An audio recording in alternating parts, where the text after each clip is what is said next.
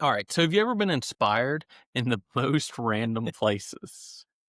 Yeah, I could say so. All right. So I'm at my kid's basketball game last night Right. and I go to this bathroom, right? You're never expecting I'm inspiration not sure there. where this is gonna go. But look, I'm going to show you the picture I took yesterday. And I want you to just look at some of the inspirational messages and quotes. Can I just read some? Yeah. Yeah. Go ahead. Go ahead. First of all, I don't know how I feel if I'm at the urinal and there's a "Be still and know that I am God" sign literally posted on the urinal. Okay. And then I see you can have results or excuses, not both. Okay. Don't wish for it, work for it. That, Sometimes you I got feel to like there work could for be some double things. messaging there. Like, Well, let's not get the bad. double message and let's just go ahead and cut to the intro. I'd like to introduce myself. I don't believe that we have ever met. I think that we could hit it off so well. Let me paint a picture, you and me together. I'd like to introduce myself. Hey guys, this is Mark. Hey, I'm Austin. Welcome to Hey, Life with hey. Rojo. I Yeah. have a question for you about the bathroom. Though. Yeah, let's keep Is going. this like some little missionary Baptist church or just like a Dollar General somewhere here in Trenton? That feels appropriate. No, it was actually at the basketball game. Okay. And it was, I don't know that they were associated with the church. It was just like whatever county it was, Christian Academy. And it didn't look like there was a church connected or anything. And, but they wanted to motivate you. I felt motivated. I want to be still. But I said, I know he's God. That's true. So I sent it to my family, and Brittany sent me this prayer that she learned about in Bible study years ago, and it's like a Jewish prayer she had learned about.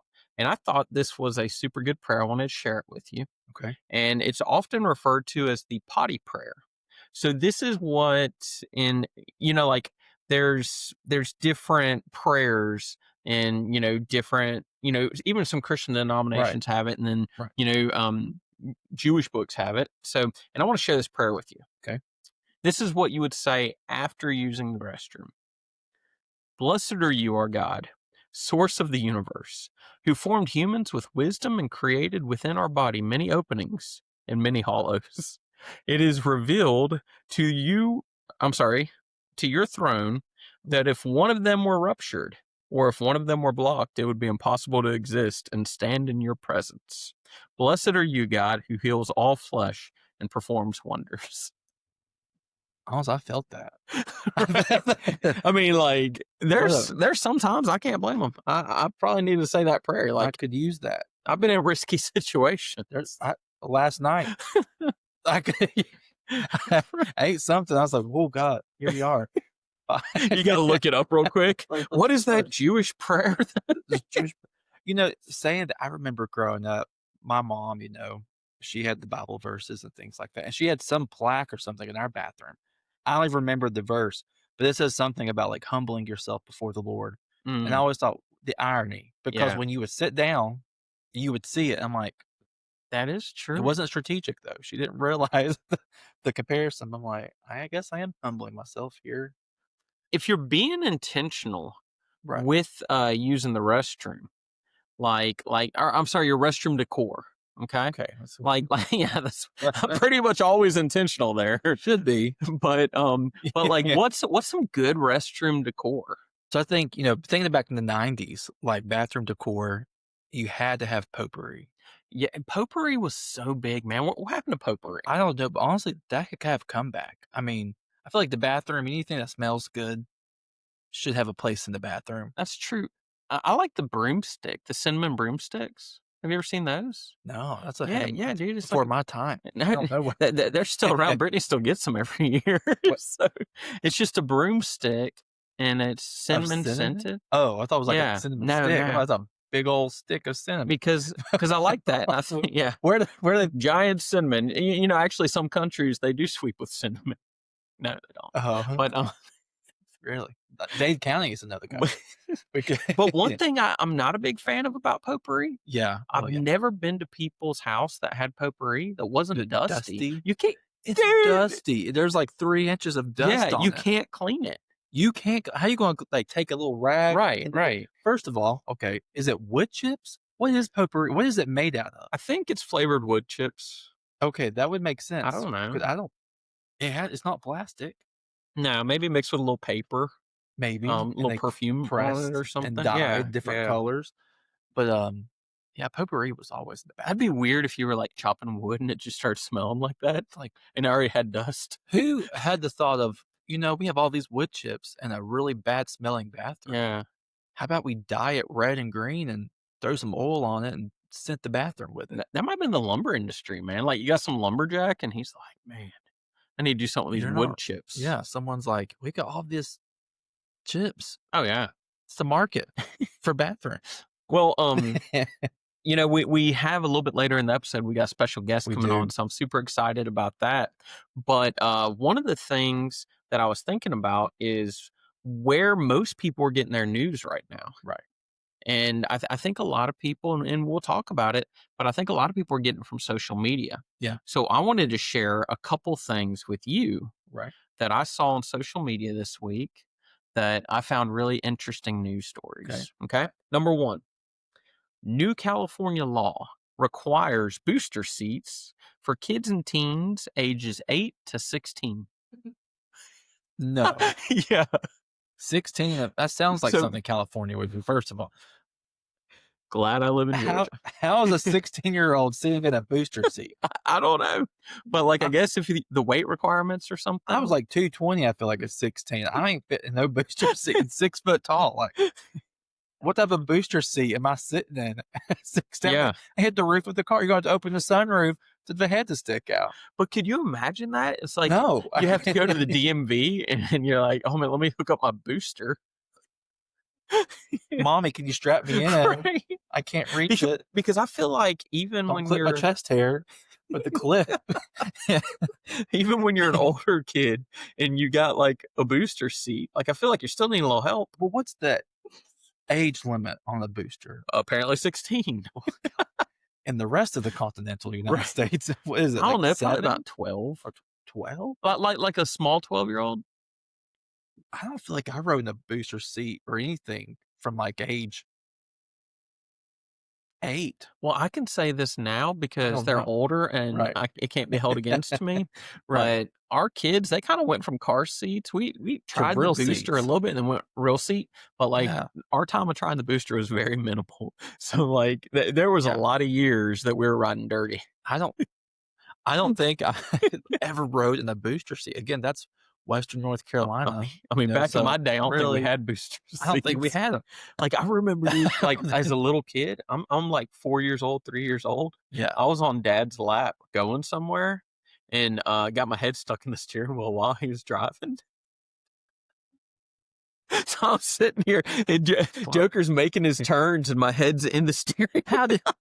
There's a lot of questions here. Yeah, I'm not sure how it went down. I don't think I knew that story, but Yeah, the I might have been a nickname- little younger. I might have been 2 or 3. I called you Baby Neck Dude, for a long time, yeah. but that confirms Well, why. Because your neck's so. Yeah, I would have thought it would have stretched me out, maybe. But I Maybe don't stick know. it back in there and Yeah. have when Brittany's driving the minivan to see Dude, if it works. maybe I need to do that. Maybe I could be a little tall. Uh, Wouldn't that be crazy if did I show you- up one day and I'm like 6 foot? So you're on your dad's lap and you just stick your head. Is it Yeah, like yeah. A semi truck. Like, what type of A steering? wheel? station wagon. Station wagons had those That big probably was a steering wheels. big steering Yeah, wheel. yeah. Okay. I don't think I've ever ridden a station wagon. Yeah. Dude, our station wagon used to have the seats that look backwards, like the back row. So you have like, your front 2 Yeah. seats, and then you have the next rows facing forward, but then on the back What? side, you can be looking back. So we'd be looking at cars behind us and waving. That's And crazy. I think a lot of like bad kids, we didn't do it. I think a lot of bad kids were out shooting birds or something, and like they moved that around because the parents couldn't really. I one funny story. One time as a kid, I didn't know what shooting a I'm bird ready was. for a first funny story. There's always funny stories. I won't do the sign. But Right? Yeah. Let's not do that. I was shooting a bird, but didn't realize I was shooting a bird. I was pretending my hand was an army tank. I'll use the pointer finger. So I was just like with the window rolled down. It's like shooting Yeah. things.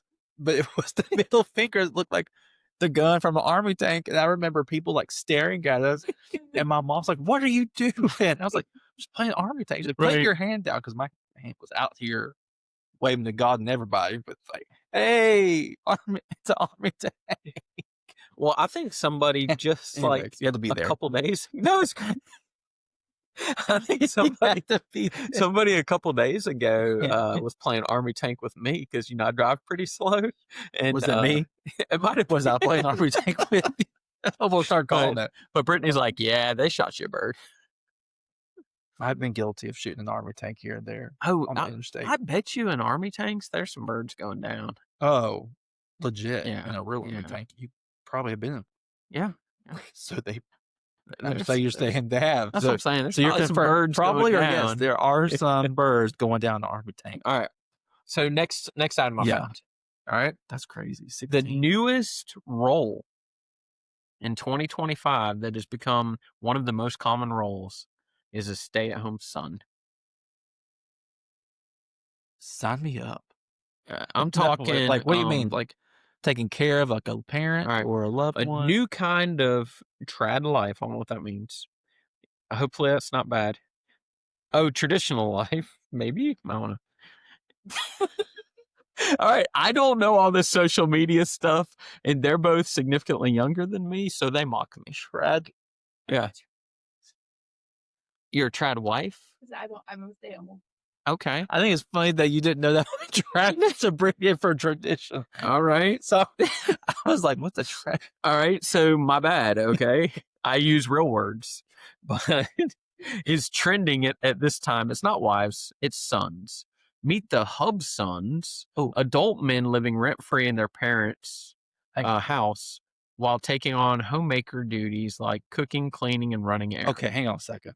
That term, hub son, is that one you don't know? No, I know what that means, but I don't like that term. I'm husband, son, like that's a weird. Yeah, no, we are a family podcast Instagram. We do not. So we do not support hub sons. I don't know what type of crap you're reading online. Yeah, like my feed is something's wrong with it because I got hub sons on here. Yeah. There's a lot of thoughts on that. Should we move on? I feel like that could be a full episode, and we have a guest later that maybe we're going to come back to a hub movement.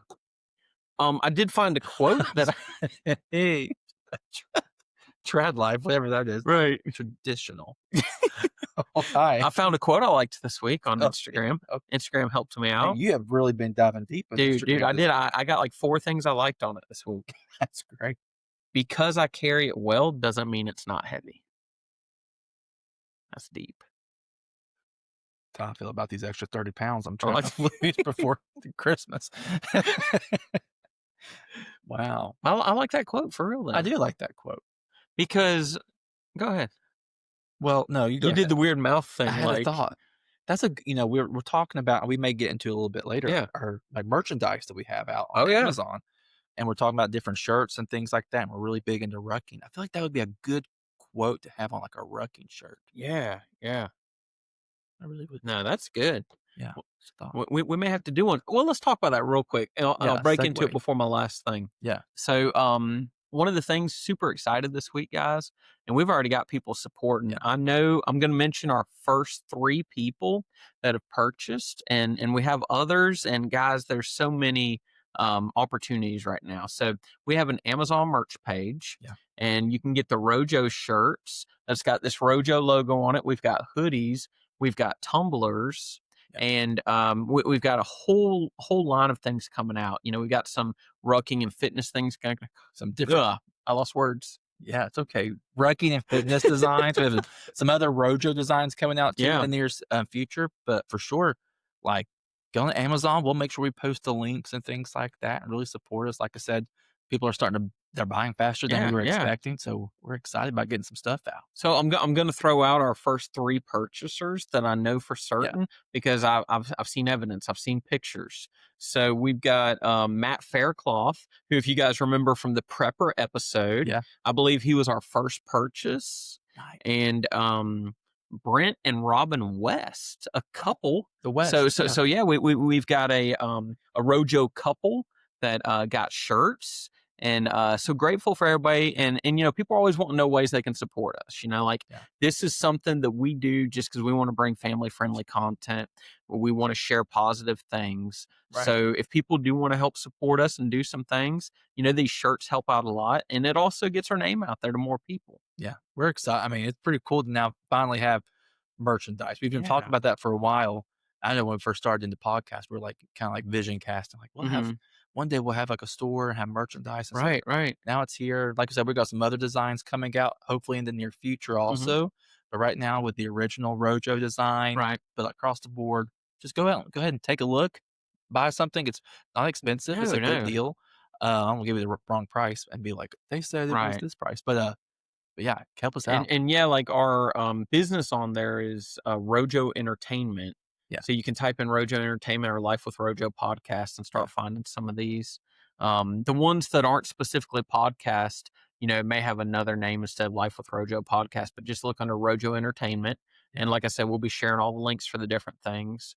Another huge thing, Austin, tell us a little bit about Laughs and Lattes, man. I'm so pumped about this. This is our first actual big Rojo event. Right. Well, like Mark said, this is our first actual Rojo event. So like Mark said, this is our first actual Rojo. It's called Laughs and Lattes. It's going to be on December 11th. It's a Thursday night here local in Trenton, Georgia. That's kind of where our podcast studio, where we're located and kind of where things started. But we're going to have like a family-friendly comedy show.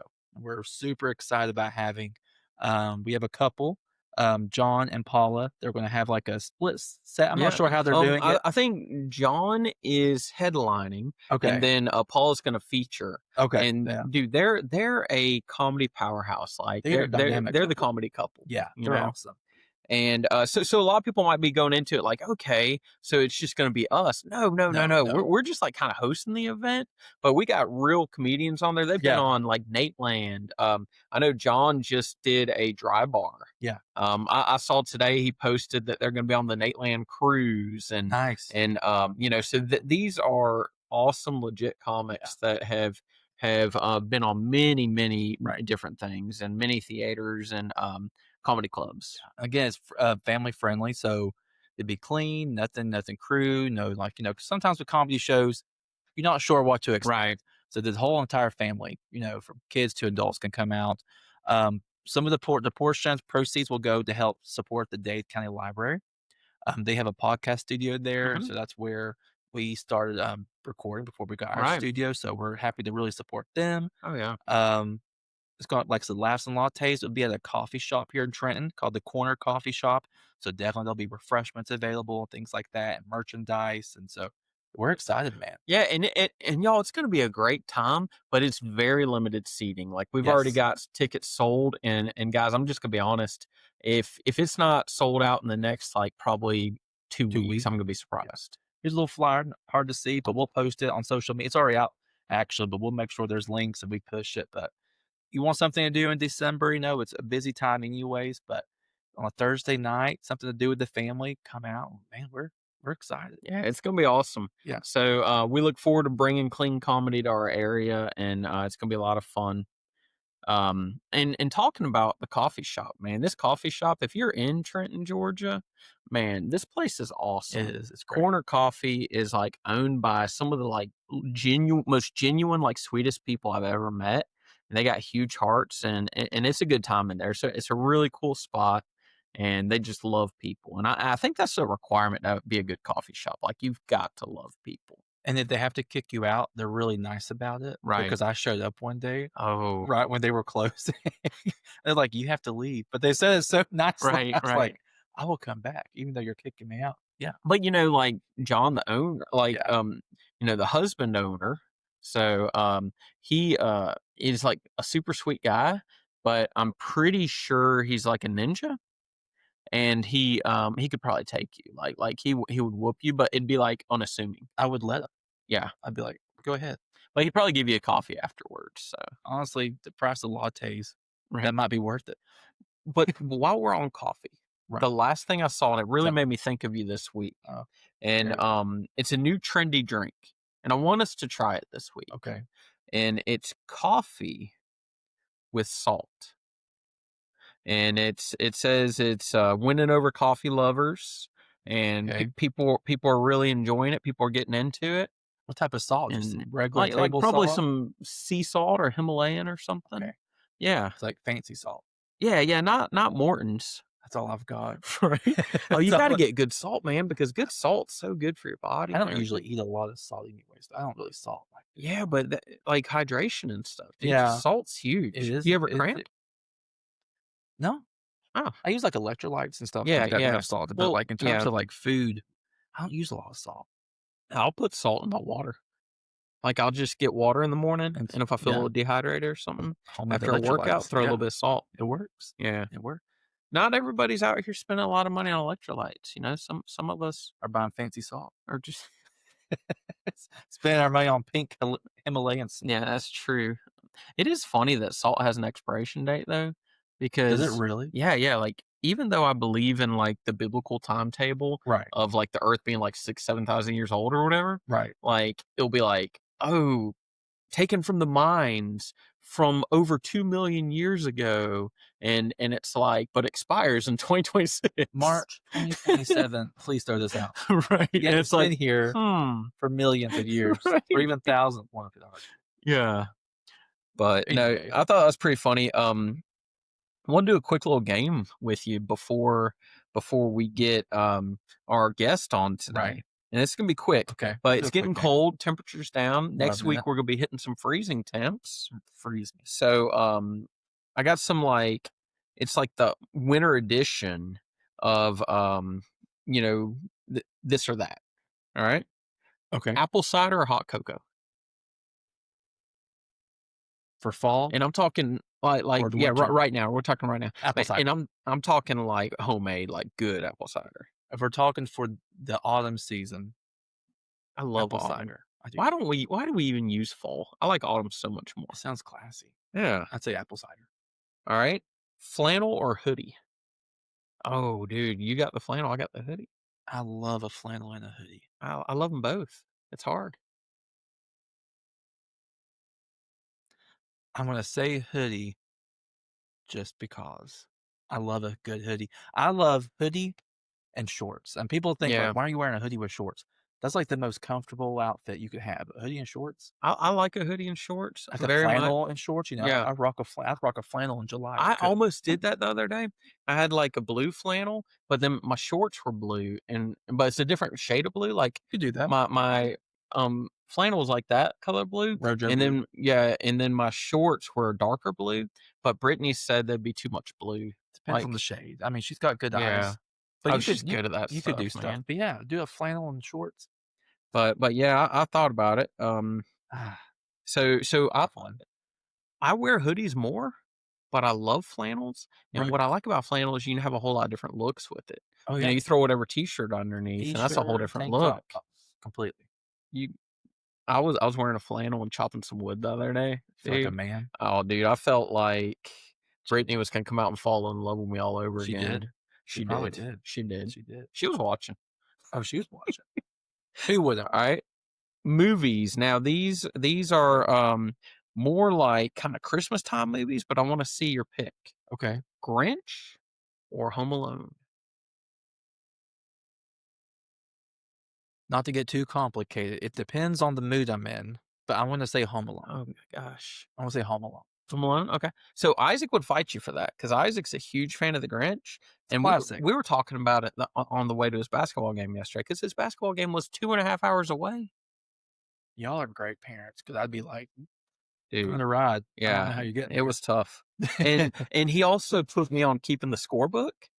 I've never kept a scorebook in a basketball game. Like I Right. thought I did that before, no. but you like when I was like a Mhm. teenager, like because my brother was a coach, Right. but I did like a shot chart and I just marked like when people took shots and if they missed or made it. So basically, you just do circles and color it in if they make it. This was completely different. Like the whole game depended on like I may have been the most important person at the game because the coach is asking me how many fouls people got, the refs asking me how many timeouts people have, and I'm So like, you were the ref and the coach. I mean, Yeah, that's their job. I was everything unpaid. Be like, 2. They both got paid. I didn't. I've been guessing numbers. Yeah, they're out. Yeah, and so like I was like, you know that before he became president and everything, Donald Trump had that show and he was like, "You're fired." Oh, the You know, the Apprentice? the Apprentice or Yeah, whatever. yeah. And like I was able to be like 5 fouls, he's out. So I'm kicking kids out of games. Yeah. That's almost biased because your son's playing. Well, I didn't tell anyone. I mean, I know I'm saying not that you would be biased. well, but they you had know, one it's on like, their side too. oh, okay, okay. So, I and thought she you had a were kid it. on the team. No, so it's like me on this Okay. side, her on that side, but she became a he later. Like, she subbed out. I didn't get to sub. Yeah, well, And then there was a referee in the middle that kept the clock. it wasn't doing anything. Right. Yeah. No, their job gets intense in the last like 2 minutes because Right, everybody's and fouling at the end and of the everything game, like that, yeah. you know. And they're like, I mean, she's sweating, She was you feeling know. it. But like the whole rest of the game, she's in a lazy boy. But it was maybe the hardest thing I've ever And done. I'm sure it was in Central Time Zone, wasn't it? Oh yeah. Time Zone. Oh yeah. Somewhere in Alabama. We got home close to midnight. That's- Yeah. And you're a then good parent. I get home and look at there. What the? Okay. I like working on a washing You machine. got poked all. Good Dude, grief. I like working on a washing machine. Right. They don't make it for grown-up sized bodies. Like I actually we fixed it and it's running, operational. Okay. Yeah. But they literally don't make it for full size people. And I'm a shorter full size person. I was gonna say, But like getting my arms in there and everything it was just tight. was insane, dude. This one right here was How like much? pouring blood. I had I all didn't over my even- pants and everything. It looks like you got in a fight with like a barbed wire fence. I'm like, Washing machine, Samsung. that's what I have. If it breaks, I'm just going to Lowe's and be like, well, you know Just what? call me.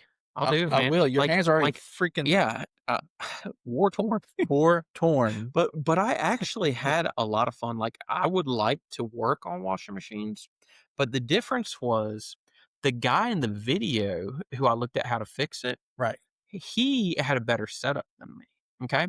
I'm sitting here and I'm crammed in between the dryer and everything. Still got the water hooked up, but you know, the electric's undone. Right. And I'm changing everything out. This guy like had a little warehouse and then he just hooked up the wires and plugged it in, you know, just in They- the open. They always make things look easier online. And so Joker does it in like 2 minutes. yeah, Oh, no whatever. time. Yeah. And it took me forever. That's how I feel about So- when I look at stuff for my car. Right. Like, and I don't say I'm a decent, I can fix certain basic things. Mhm. But like you'll watch it. Oh, it's so easy to do this and this and that. And then when you're actually in it, I'm like, this is not what I signed up for. Right. But But what's your last one? No, Yeah, no. yeah. Well, I felt good about that. And I enjoyed doing it, but like I worked on it this week and I had fixed the whole drain system, right? I feel like it's So- time just to get a new washing machine. It's only like a couple years old. Why did it tear up after 2 years old? Because they don't make stuff good anymore. I feel like, but I mean, that's valid. So But I the feel like problem I've had was- mine for like 5 years. Yeah, at the problem Samsung. was we had a tank full of water and it wasn't draining, right? Ooh, okay. So I cleaned out the drain stuff. Everything was good. So I don't really think that was the problem. But you know how shop vac it all out and stuff. So there's pieces to it. Yeah. And but then I changed the water inlet, which is the thing where the water goes in, Okay. and that was kind of cooler than you would think. Like you take off the Hmm. backing of it Okay. and unscrew some things, and it pops into stuff. And there's all these little chambers with little electrodes and That would be stuff. I've never fixed a washing machine. Yeah. That would be. But it new was for me. It was actually fun. Like I had fun with Should it. have called my other camera. Let me The see. problem with it is I was doing a lot of it. The part came in yesterday. Yeah. So I was working on it like 12:30 in the morning. And then it didn't start. But it's a major part of the electronics of it. Right. So I had to find out how to reset it. So then I got up at 4 this morning to reset it. Sounds horrible. And I slept for 3.5 hours. But we have an operational washer now. Well, there you go. And dude, you never appreciate things like that until they're broken. That's 100% true. I'm proud of you. Man, I felt good. Like it was a first, It dude. was the first. And the last thing, it's not really a this or that, but I want to know what can we do to make Thanksgiving bigger? Like I know it's big for the meal. Okay. It's big for the meal. Matthew West, a Christian artist, has a Thanksgiving song, Yeah. right? But we need more music and more stuff because Thanksgiving's like a really special holiday. Like, Well, I think the biggest thing is we rush Christmas in. stores start putting We stuff on, do. like, holiday sales in October. I feel like, and don't get me wrong, I love the lights and things like that too, but I feel like if people would, like, pump the brakes just a little bit, Yeah. to Pump, give Thanksgiving November, give it November. yeah. Put out some more Thanksgiving movies, actual some type of family-friendly movie. I feel like all you guys Hallmark. That's all you got. Push Hallmark has the monopoly on Thanksgiving movies. push more, like, autumn type events in November, like pumpkin patches and corn mazes and things like that, and then once Thanksgiving's over, then roll into the Christmas. Right. Well, let's take a pause. Let's do it. We've got our guest on, and we'll be right back. Yeah. We are excited to be joined here. With the CEO of Informed, one of the new, news platforms coming out, and the CEO is Kira Shishkin, and we're super excited to have him on today. Gentlemen, Mark, Austin, thank you very much for having me. It's delightful to be welcomed on the show. Yeah, man, I had the opportunity to talk with you on the phone a few weeks back, and we had a wonderful conversation and really got to know a lot of your heart behind Informed. And so, what I'd like you to do right now is if you can just kind of introduce yourself to our audience, just so they can know a little bit about you and then a little bit about Informed. Absolutely. Well, again, it's such a pleasure to be here. Thank you again for welcoming me on. Um, I am the founder and the CEO of informed.now, which is it's the leading news by text service in America. But the reason we're number one is because we are a pioneer of the category. And so what we do, no one really does. What we do is text the news to our readers, to our subscribers. I know we're lucky to have you among them, Right. but in short, we try to help people who are frustrated with the way news has been delivered to America, and they're looking for ways to be informed without being influenced, without being overwhelmed, without being drained. And that's the mission that we're on. I'm happy to go into my personal story. I think that's kind of what you were asking about a little bit as well, and how it all came to be, but also happy to talk about our mission and anything beyond that. I'm an open book, and I'm lucky to be here. No, I love that, and that's really how we like to operate. With our podcast, we keep everything family friendly, but we also try to find really interesting things that we feel like the Rojo family, that's what we call our listeners, would like to be part of. And I'll be honest, I once I subscribed to Informed, it's been phenomenal. Like I've really enjoyed it because you really do get the news that's important to you, but it's not got a bias to it or anything. It's just essentially the straight facts. And with that, it's been really enjoyable because I've actually stopped watching news or listening to news prior to this because I just wanted the truth, like what's actually out there, and not somebody's biased on it. And I didn't, and there's a lot of things in the news that don't really pertain to me or I don't really want to be listening to. Absolutely. All the celebrity gossip, all Right. the political drama that doesn't really change the course of life, doesn't really change the world, but is being talked about over and over again because, in a very short term, it does get people hooked. It does get people to click. And it's just so frustrating because, we've got the entertainment side of media, right? And we've got the information side of media. Mhm. Me, at least, to the spirit behind informed.now and our whole team is we think they should be kept apart, right? You come to the news to get the facts, to get, to get a sense of what's going on in the world. And you shouldn't mess that factuality, that accuracy with being entertained or being amused, because that is entertainment. And that's a bit of a different hat that you'd wear, a bit of a experience. And when they get combined, I don't think good things happen. I think, entertainment and news together creates for a very messy outcome, and people get confused, people get misled, and I don't think it's a good idea. No, I definitely agree with that because I remember as a kid, to get your information, to find out what's going on in the world, you would read the newspaper.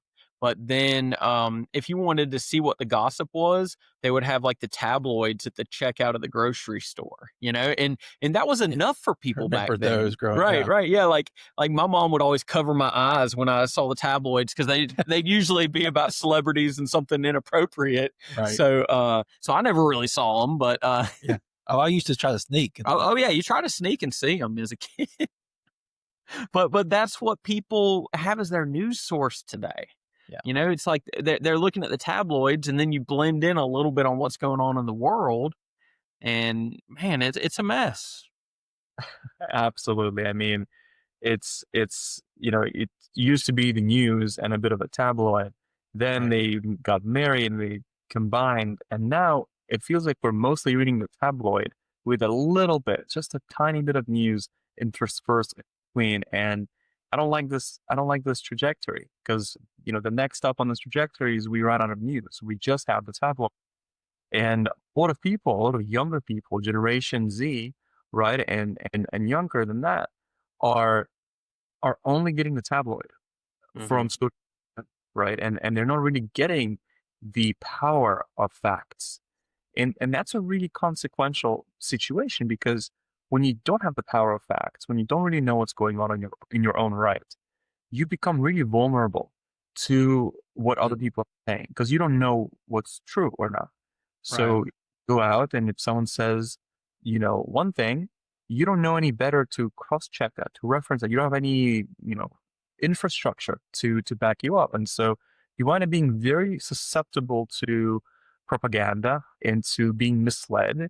And I think in today's political, social, and cultural kind of crisis that we live in America, it's very dangerous. And I think independent thought, independent thinking has never been more important, but it's also never been harder because the infrastructure, information infrastructure right now is not designed to enable.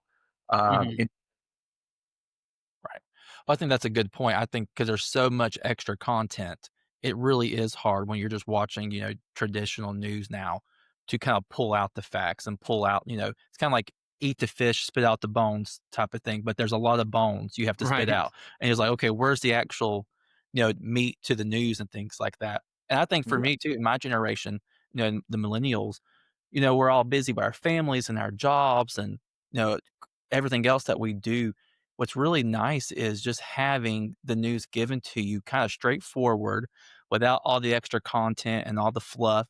And it doesn't take too long to watch. And now, you watch like the morning news, you take like an hour and a half, to kind of Right. really catch up on everything. What's nice about your platform, like you just kind of get it straight to you. And you don't have to worry about like kind of, pausing the TV or having to like cut this out or that. So I think that's the nice part for me is just like easy, straightforward information, and it's quick. And I think a lot of people need stuff that's like timely too, just to help Right. balance their busy lives. absolutely. Yeah, I remember my first day reading it. It was talking about there were some like political situations that were not slanted in a direction or anything. It was just putting some facts out there about some things going on around the world that were really of interest to me. And then it was talking about gold hitting a new record price, and I'm big on like investing and things like that. So that was important to me, and I felt like it was almost like one of those things that I sent you a questionnaire and it felt like you just sent me the things that I would want to read. So Oh, it means a lot that we sort of hit on the nail with informing you without, harassing your attention, without, you right. know, disrespecting your attention. Because I think that's more often not what's going on. Is you come to the news outlet to be informed, but you wind up getting sort of hijacked a little bit. Your attention gets Mhm. hijacked, and I think it's a very disrespectful process, right? It's because, our superpower as humans is our attention. I've always believed that. I have a lot of personal stories to sort of, back that up, but I think we can move mountains when we can leverage our attention Mhm. towards our goal. And that's our superpower. That's what like human superpower is. It's the ability to focus on things, to concentrate and to will your fantasy into reality. And that gets robbed of us when we're trying to read something that's important to us, right? Whether that's gold related, economy related, politics related, And then we get hijacked, right? Mhm. It's like, here, pop up, paywall, ads on the left side, ads on the right side. And then there's constant solicitation of, you need to read this, wait, before you go, do this other thing, sign up, pay, click on this other thing. And it's just, we like to call this attention terrorism. It's not Mm. a word that, anyone's heard of before because we came Oh, up with it, but I think it's very fitting, right? We live in in the media world, at least, of attention terrorism, and it's so unfair. It's so, so unfair because I think any crisis starts as an information crisis. And it's just a shame that no one, is sort of waking up to it or is choosing to do something about it. And anyway, I'm rambling, but the problem you surface is the problem we focus on of just being respectful of our readers and giving them what they came for and nothing else. I get really excited about these things. right. See, No, that's awesome. Like, I think that's incredible. And you really speak to all of us with that. But I think especially Austin, because Austin can be easily distracted. So, I can't you just giving them the information is very helpful. listen So, with ADHD. You need it just given straightforward. Don't give me the fluff. Give me the facts, and I'm good. But tell us a little bit, like what really inspired you, to start Inform. yeah. I mean, I think it's a very personal story because I've had the fortune and the misfortune to grow up across 3 continents. And as I was growing up in those environments, as I was developing on my journey, I've seen the importance of information as a tool towards enfranchisement, the tool towards independent thinking, and when that's sort of taken away, and when that's leveraged as a tool of brainwash, tool of propaganda, tool of mass manipulation. So I was born and raised in Ukraine, in the capital, Kiev, and very much in a time of a lot of transformation for the country. And we were still in that transformation right now, at least now more visibly than ever. But all these conflicts that we're seeing so visibly on all over the news now, they begin as information conflicts first, right? And the propaganda between Russia and the world, and Russia affecting Ukraine, is incredible. I mean, it's crazy, right?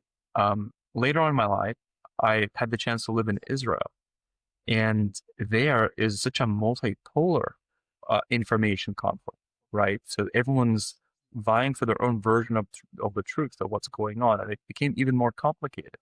And the importance of being informed but not being influenced, not being manipulated, was just sort of redoubled there and expressed on a many polar sort of landscape. And then coming to the United States, I thought you guys had it figured out here, but you're in the middle of a civil war, I see. right. And I feel like it's gotten really intense since 2016. It's only getting more and more intense as time goes on. And it turns out, just as you thought, you couldn't get any worse.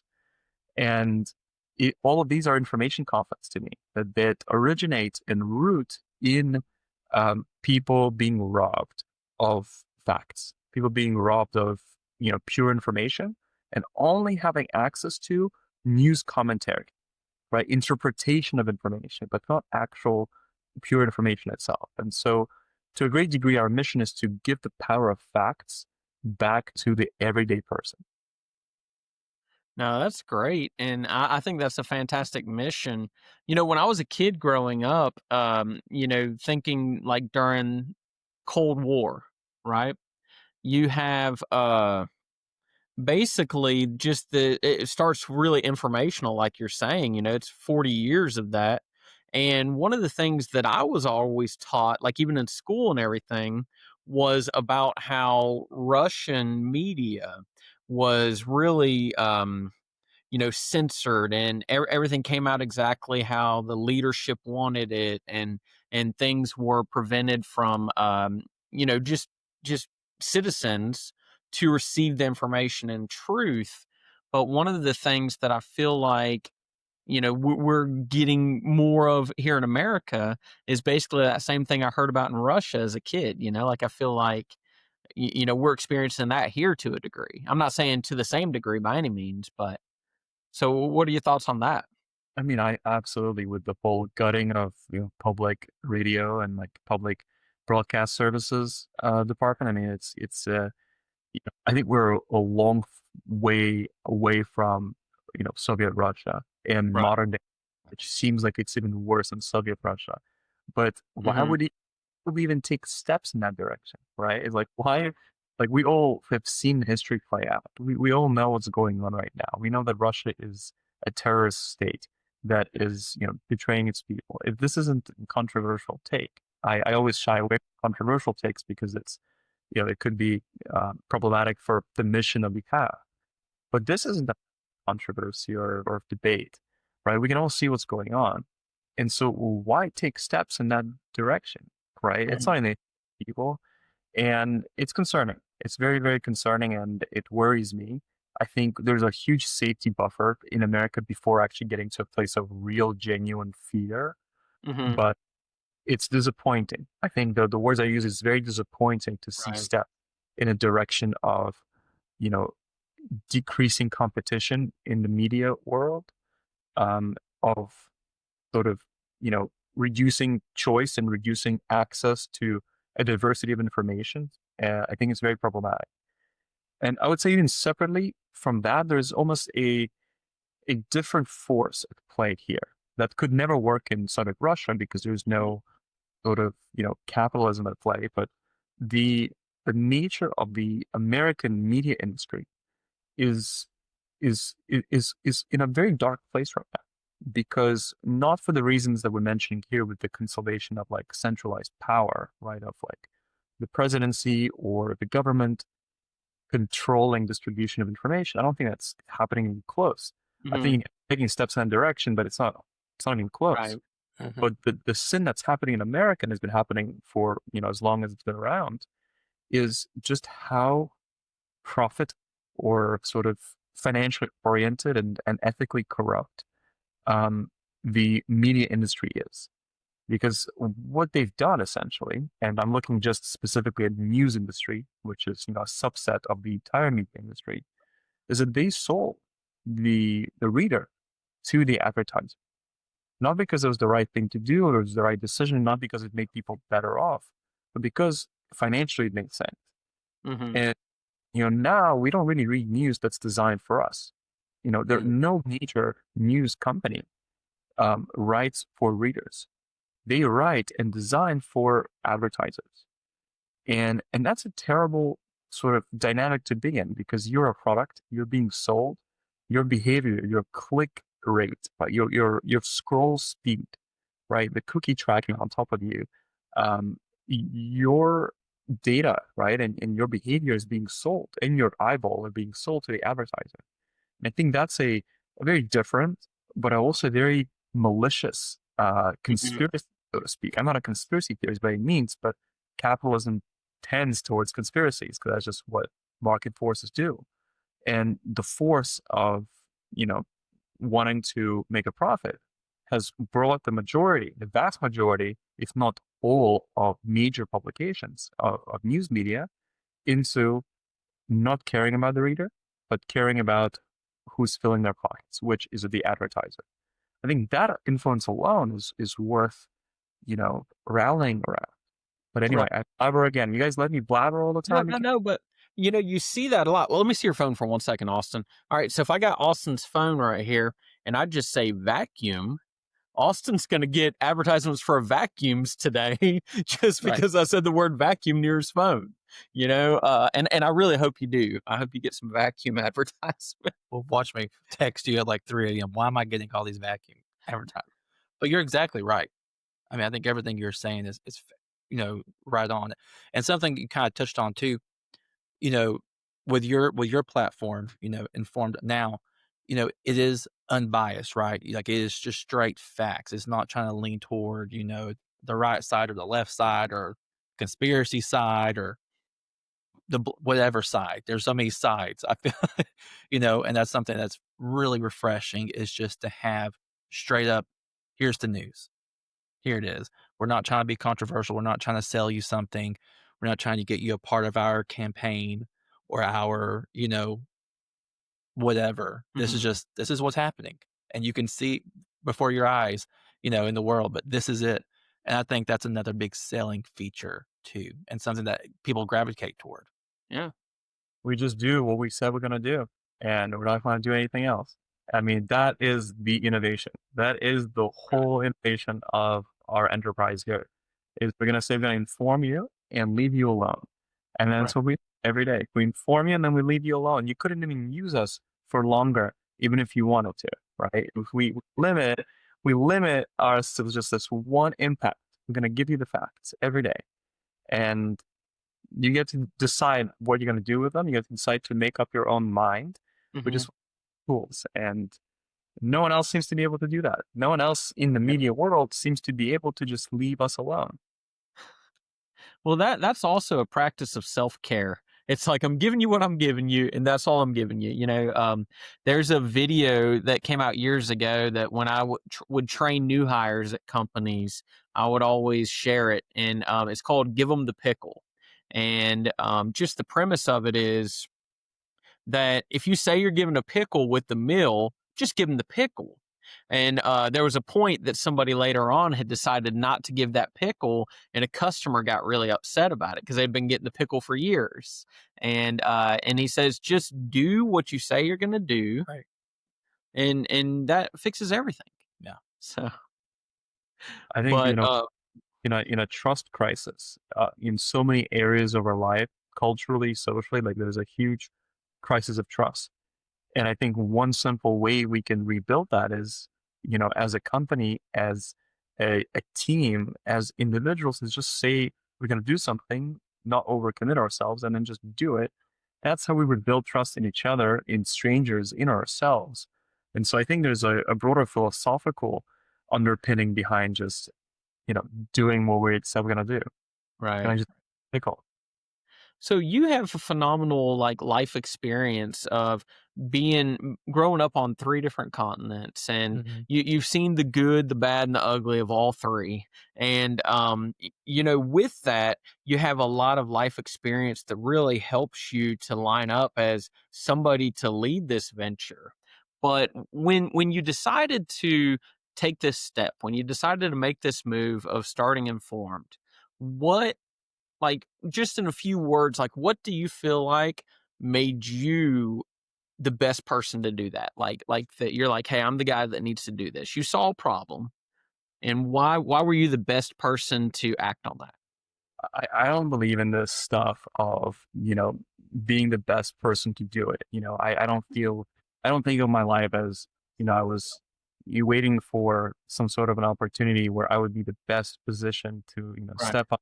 I am the guy. Hire me. I am Mhm. perfect for this mission. Right. And no, I don't think that's a healthy way of looking at entrepreneurship. I don't think Mhm. anyone's perfect for anything. I think we're all have no idea what we're doing, right? We're all guessing it 100% of the time. Anyone who says otherwise is is is probably working in the news industry, and Right. and I think it's just about stepping up. And I felt a personal frustration, like a deep Mhm. frustration. Like, why can't I get pure information? Why do I have to go through this research process every single day to just know what I'm interested in and know what's going on around me? Why do I have to be, why is default being manipulated instead of being a setting in your own ground truths? And so the personal frustration was the beginning of it all. But then, as a reasonable person, I don't think it's necessarily an entrepreneurial quality, it's just a reasonable person quality. I said, well, am I the only person who feels this?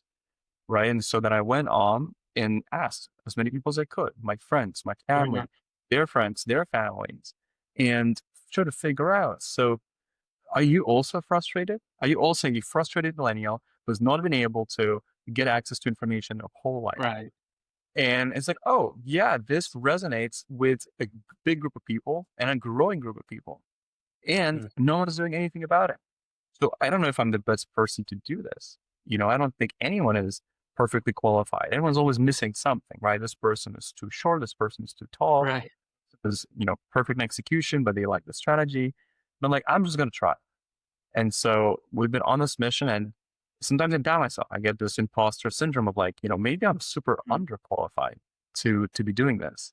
Right. But then, I listen to our users. I listen to people that actually benefit from our work, and they say, you know what, you make my life easier. You made my day clearer. You gave me clarity that I'm no longer vulnerable to other people's bar conversations about politics because I know what's going on. And I don't need to hear it secondhand or third hand or get it from social Right. media to bother me anymore. And when I hear that feedback about the impact that we have, then I now think, wow, I'm the perfect person for this job. Did I think so in the beginning? I have no idea. And I didn't really care. Well, I want to touch on a couple things, and I love what you just said there. The first thing is when you were talking about sometimes we're too short, I feel like you were targeting me on that because I am pretty short. So he picks on me about it all the time, so I'm used to it. No, but on a serious note, we've talked to other entrepreneurs, and one thing that we love is bringing really interesting people like you on here. And you said personal frustration. And I think that that is a huge thing. Like a lot of people will get upset about things and take no action. Right. So I think that once you felt that personal frustration and you were willing to take the action, it made you the perfect person because you were also, if you're willing to take that action, you're also willing to learn along the way. When we started our podcast, neither one of us have ever done anything like this, but we were frustrated because there wasn't a lot of like positive family friendly things out there. It was things that were, just putting content out that I wouldn't want my kids to see, or he might be embarrassed if his mom saw it, and things like that. And we wanted something that anybody can watch, anybody can listen to. And so we had a personal frustration about that had us move forward with the Life with Rojo podcast. Right. So, I think that just that statement you said there proved that you are the perfect person for it because you're not going into it saying you're the perfect person. It's like my wife is literally one of the best moms I've ever seen. She's phenomenal, but she thinks she messes up all the time. And I was like, that actually is an incredible quality that helps her to be as good of a mom as she is. Absolutely. And I mean, I think humility is something we all aspire to. First of all, now I feel appointed. Before, Right. maybe I'm the right person, maybe I'm the wrong person, but now, Mark, I feel appointed by you. So it feels really right to be doing what we're doing. Right. But on the other note, um, I do think that what gets people stuck a lot is this feeling of, oh, if I'm going to do this, it needs to be huge. It needs to be this Right. big Right. that to affect everyone and needs to change everyone's lives. And I think everything can have that potential. But if you start with that sort of crippling ambition, right, it is going to limit you. And I think just thinking on the sample of a few people, right, if what you're going to build can just help one person, like Mhm. that's a pretty good start, right? If you can just help your own personal frustration, that's pretty great. Mhm. If you get your family or just a small group of people, like now it becomes a lot more achievable. Now it's just, why don't I just spend a weekend mocking something up? Why don't I spend a weekend trying to do something? And then you're like, well, you know, it might not change a million people's lives, but why don't I just change 100 people's lives? And that's going to be meaningful enough. I think people get stuck in this like crippling overambition that happens. And I think a lot of people should think smaller to start, just to get started. No, I think that that's a really good thing. You got to work at the level that you're at. There's um we've been blessed with just incredible opportunities to have a good time doing the podcast together and have a good time having wonderful people like you come on. And the thing is, we really enjoy the place we're at. And then as things grow, then they'll grow, but we're trying to do really well with the place where we're at right now. And then be ready to take that next step on whatever that step may be. Right. I don't think there's anything wrong with taking baby steps. Right. Sometimes you have to take baby steps and take one step at a time, get your footing. Okay, this works, or hey, this doesn't work. I'm a little wobbly. Let's take a step over this direction, and then really find out where you're at and what you can provide, and just Right. grow from there. So Well, what I want to do is, we've talked about your background some. We've talked about what Informed is doing. As we're preparing to close out, what I want to do is I want to make sure people know a little bit about how Informed is delivered, Yeah. and then how they can connect with Informed. Absolutely. I think that's also part of what we're doing very differently is instead of you having to go and seek news out, which no one has time to do. That's what Mm. people don't do it these days. And it can be an exhausting process.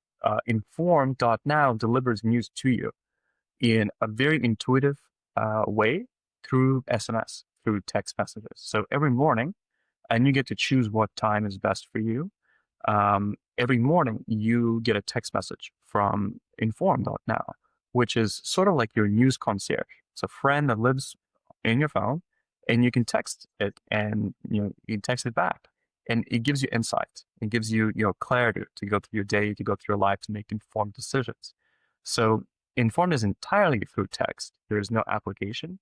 There is no website. There is nothing that sort of adds to the noise of having all these rich media channels. It's very, very limited, and it's designed to take up the least amount of space possible while still giving you the value of clarity and the dignity of being informed. And so that's what the format is.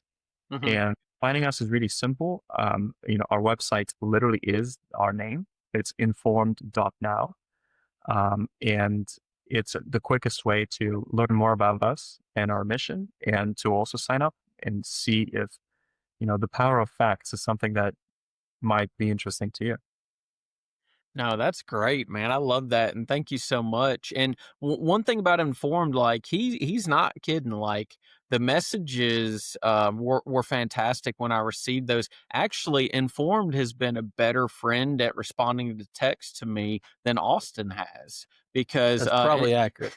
and some of us have friends like Austin that don't respond well to text. So you may need Informed. So for me, it's worth having Informed just so I have a friend that responds to my text. Well, But no, thank you Austin, so thank we're you keeping so Austin much, man. pretty busy with all the vacuum shopping he has to do. So Right. There's so many vacuums. I mean, there's Dyson, there's Shark, there's other ones. That's the only ones I know. I'm covering up my phone so it doesn't listen. But we do appreciate you coming on, Kira. I think informed.now is an awesome news platform, an option for people to choose. And we'll definitely make sure we post your information. And we Yeah. really appreciate you taking time today to come on and to speak with us. absolute delight to be here, gentlemen. And I hope you enjoyed your pickles. Yeah, man. Thank you so much. Rojo family, we love you guys. Remember, check out Informed. I think you're really going to enjoy it. You're going to enjoy what they have to offer. And where can they find us, You Austin? can find us Life with Rojo on all media platforms. Please share, like with your friends and family. And we'll see you next time.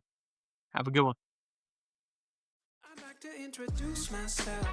I don't believe that we have ever met. I think that we could.